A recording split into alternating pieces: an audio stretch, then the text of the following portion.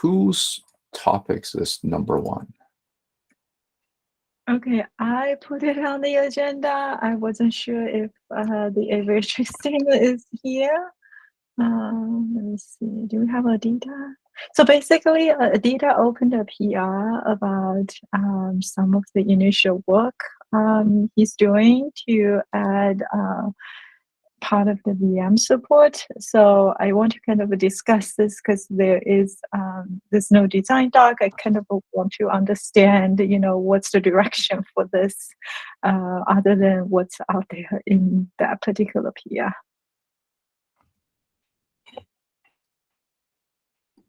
Is Aditya or Steven on? I'm on.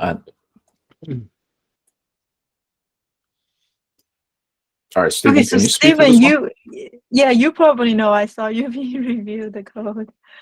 Yeah, so I think like Aditya's PR pretty much just allows us to include workload entries in WDS so we can send traffic to VMs, even if, let's say, they were like not like Z-tunnel based VMs and they're just sidecars or just arbitrary things that just had no proxy on them. We should still be able to like include them in our load balancing. But as far as how we actually make the Z-tunnel work properly outside of like a node proxy context, that actually does need discussion. And I think that the related issue that 440 is probably has better things to bring up.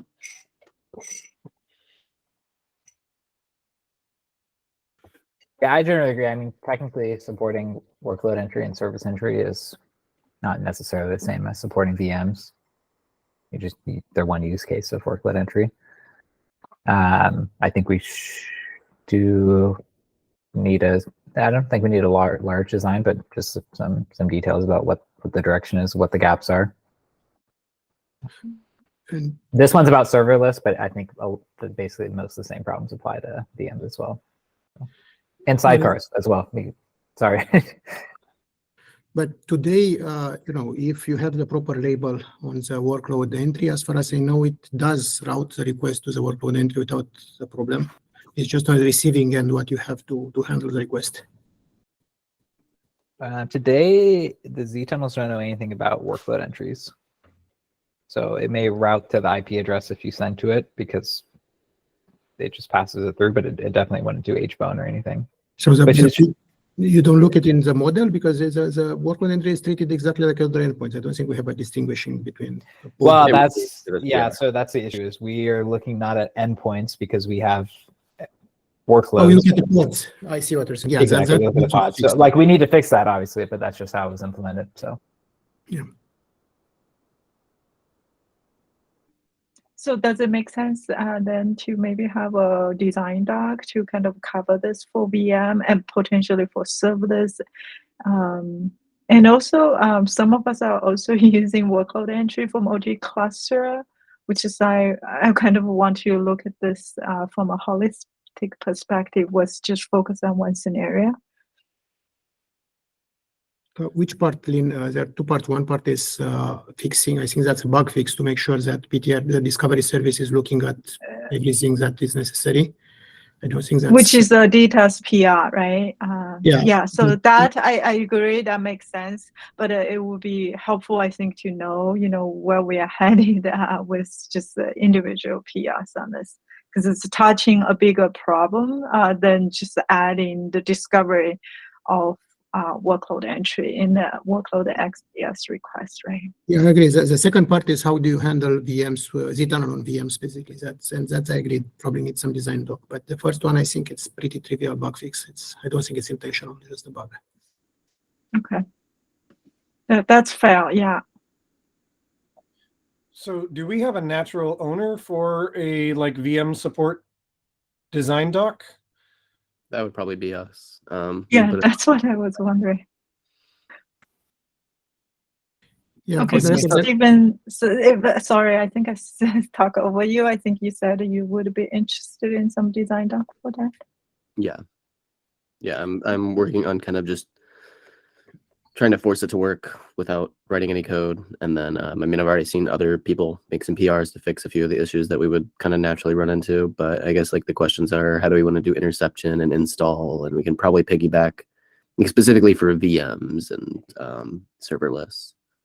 How do we do interception install? Do we need an agent outside of the ztunnel itself? Can we just put the code in the ztunnel if there is new stuff we need, etc.? So I did a bit of work on serverless, and we're using not ztunnel but a Go version of ztunnel in the past, and it's been working relatively well. But I think ztunnel needs a few small changes to work. Again, I've been doing it in Go, but happy to help at least on the serverless side. It's something I'm actively working on. Sweet.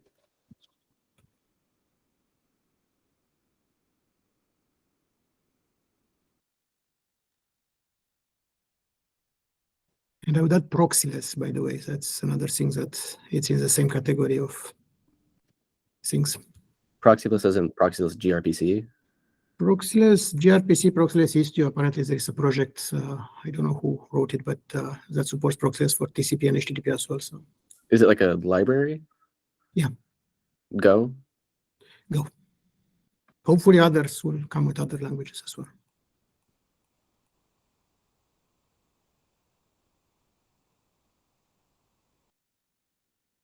Not from us, by the way. If anyone from Cisco is around, probably they should talk about it. Cool. Okay. I mean, yeah, I'll follow up with a design doc hopefully in the next week or two. Okay, that's great. Thanks so much.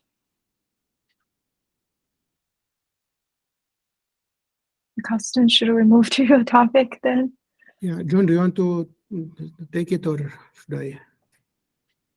I don't care. You can if you want. Okay.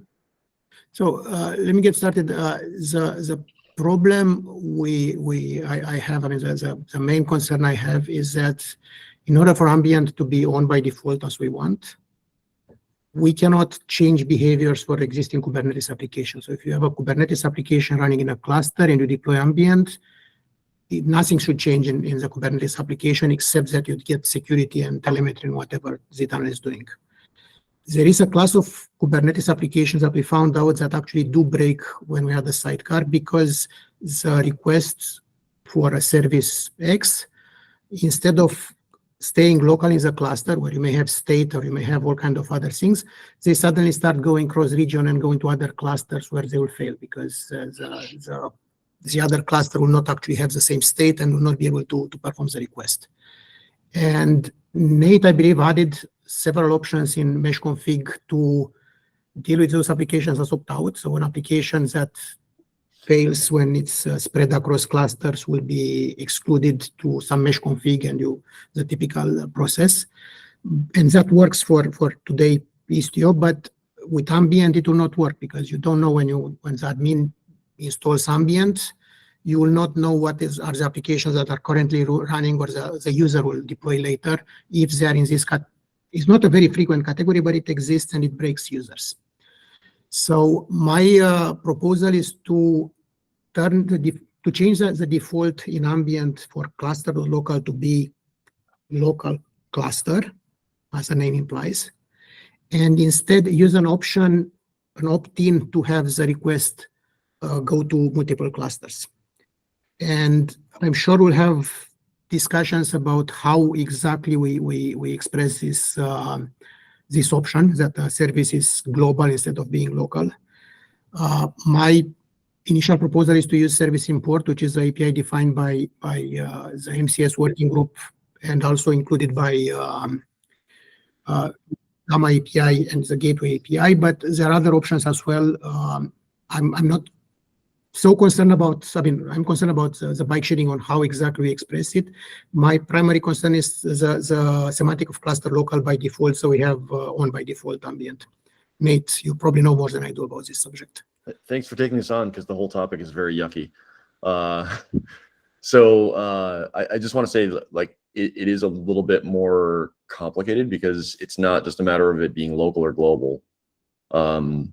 Because you can literally have, So service export is cluster by cluster. So you can have the service exported in some clusters and not others.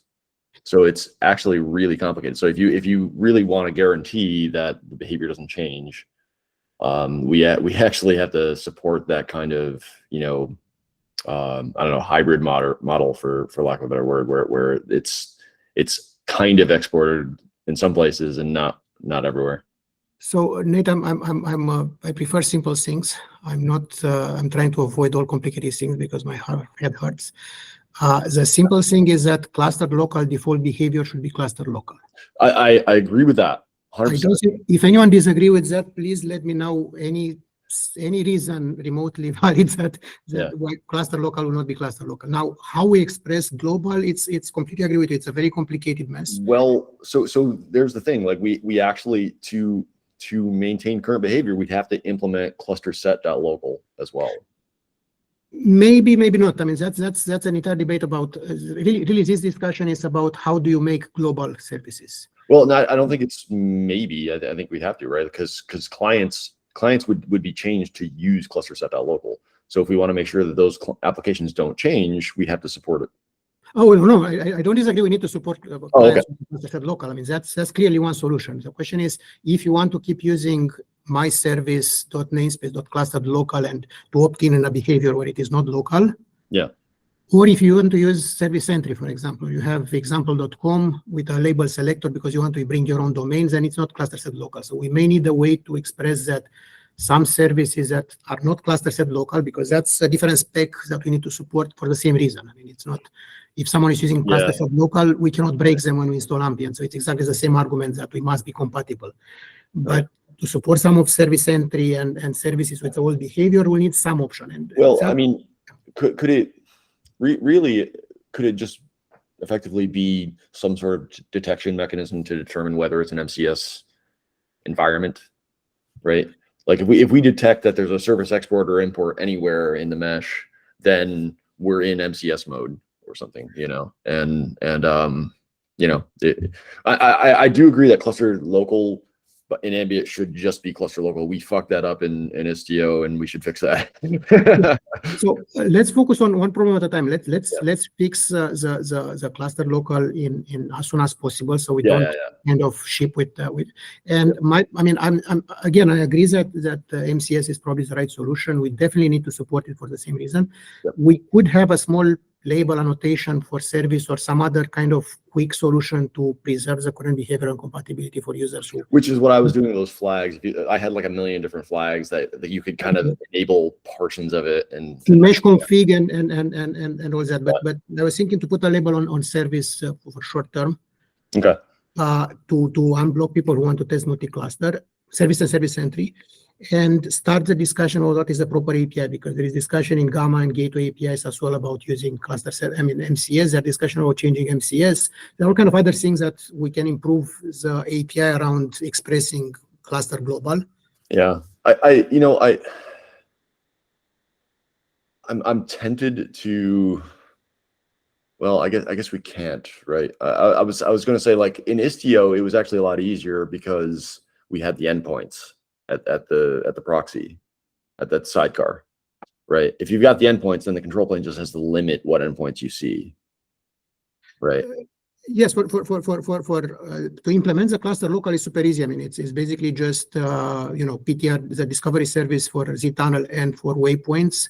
We just need to return cluster, and we already have the function is cluster local. We just need to do if waypoint or zTunnels and return the local endpoints only. And to have some functions there that is checking if we have an annotation in the service. Yeah. Do you want to throw your thoughts kind of like down on a doc, and we can just. Yeah, no. If people don't have disagreement about the concept and the idea, I can put some implement. I mean, I can also do some code changes because I looked at the code and it's already pretty close to what we need. Yeah. No, Go ahead.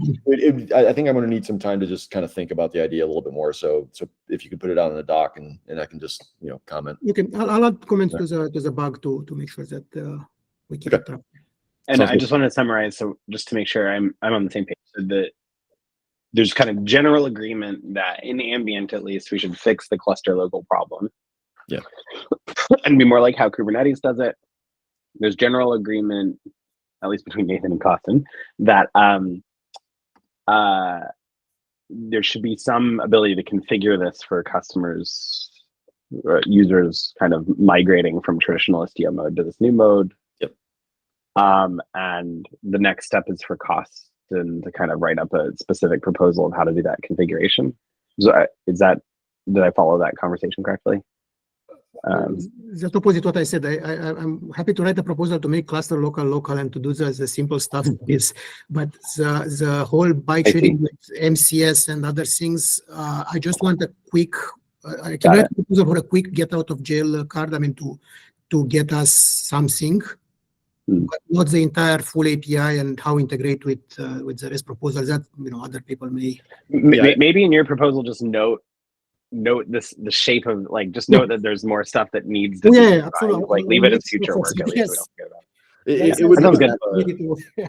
It would be good to have like a one pager on the get out of jail card as well, even if it's just a couple paragraphs. Definitely allowed it. John, sorry. Yeah, I just wanted to clarify. We said this is the behavior for ambient, but what do we mean by that? Do we mean that when you turn on the ambient profile, it affects sidecars, waypoints, and Z tunnels? It affects waypoints and Z tunnels, or just Z tunnel? I want to be clear. Z tunnel for sure. I agree. Waypoints for sure. I don't think like I mentioned in previous meeting, I don't think we can afford to make backward incompatible changes in sidecar mode. So sidecars will keep using what they're using because it will be a disaster for users to have this behavior change, and will prevent people from testing ambient side by side because then they will have. So I would leave sidecars alone. If someone wants to tackle that, absolutely, that's a wonderful thing to spend the next few years on. But I think I generally agree. My question really was about if we make waypoints more like sidecars or more like Z tunnel. I'm leaning towards Z tunnel, but I just want to make sure that we were all actually thinking that when Ethan said ambient. And gateways actually is an interesting problem. Not waypoints. Is that clearly waypoints we can make cluster local behave as we want, but for gateways. Probably we'll need to wait to indicate if the gateway is in the ambient world or if the gateway is in the Istio world. And I think for that, using the how it is created, I mean, if we use a new mechanism of creation or some flag or some other option or gateway class, will be probably so leave the old gateways alone, but the new gateways will be right. And that will take care of itself because the proposal from Rob on the gateway working group and gateway in Gamma is to actually have explicit support for service import. Is it going to be awkward if, let's say, it's 3 years from now, Ambient is the most popular way of running SDO? I've got a cluster. I've started off with Ambient. I've got one workload that, for whatever reason, needs a sidecar. And the behavior of cluster.local is totally different for that sidecar. Like in the long term, do we want to have different behavior for sidecars? No, but I want to leave the long term for someone else to, who has longer. Okay. We can have an option for that and just not change the default. Then it's still a little awkward, but at least there's a way to make it not awkward. Yeah, and we can change the default in some future release even. Yeah, we are not time constrained for this. I mean, we can do changes to sidecar in next release in 2 releases from now. But ambient, if we ship it with a bad behavior, we'll be stuck for a long time. Yeah. Okay. So I would just ask that, like, Costin, in this first doc, that we capture all the problems, even though we're not going to solve them all now, just to kind of like get the landscape. Okay, I actually have the document. It's just internally to copy it.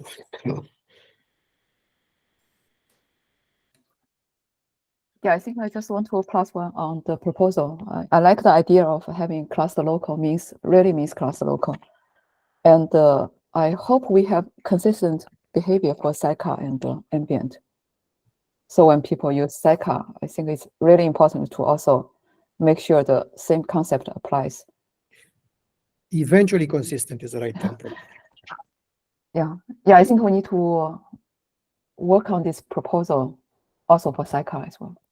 Yeah, no, I don't disagree. My point was really that it's eventually. So we need to solve the cluster local for ambient now and start iterating on how we can migrate users, so we can introduce it to sidecar. I'm not saying no, don't do it, but just don't couple it and say we need a solution that solve all the problems at once. Just do step by step and starting with the steps where we already have breaking changes and users expect it. Yeah, I Costin, think we are on the same page. there's one other small thing to consider. If you may remember that MCS assumes, for backward compatibility reasons, MCS assumes that not specifying the domain cluster.local, so service.namespace alone, goes to cluster.local. Yeah. That's probably not what we would want in a service mesh, but that should probably be an optional thing as well. We should consider like what to do for when no domain name is specified by default. John? I agree, but I'm not sure that it should be just the not fully qualified name, because I think people treat the full name and the short name interchangeably. But I do think that MCS has a gap that the actual application picks whether they're multi-cluster or not, which is kind of bizarre. Like the person who should pick is admin and or the service owner, and maybe the client doesn't override. So I feel like we probably do want some mechanism to have it change, but I'm not sure that's just based on using the short name. Yeah. I tried pushing Jeremy a while back, didn't get a lot of traction. I don't know who owns MCS these days, but I don't know if you guys want to try restarting that conversation on the Kubernetes side. But I think it would be good to get Kubernetes on board with that being configurable. Last Gamma meeting yesterday, I don't know, John, if you there was a presentation from the MCS guys, and they want to harmonize MCS with Gamma and Gateway. Rob outlined the proposal, so I think they are open to make some changes and improvements as necessary. But again, it's something that will take. It's a long process. That's why I want to leave this how MCS evolves, how we integrate, and how we express the API for a longer time frame. Yeah, there's just a lot of moving parts, so like collecting them all together up front would help us kind of maybe keep track of where we are.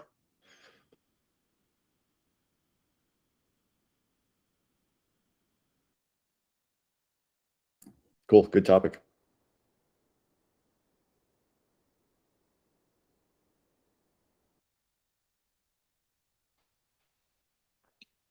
Are there any other topics for today? Just want to thank Costin for taking over MCS, because that was not great. It hasn't been great internally, so thanks for pushing on this, Costin.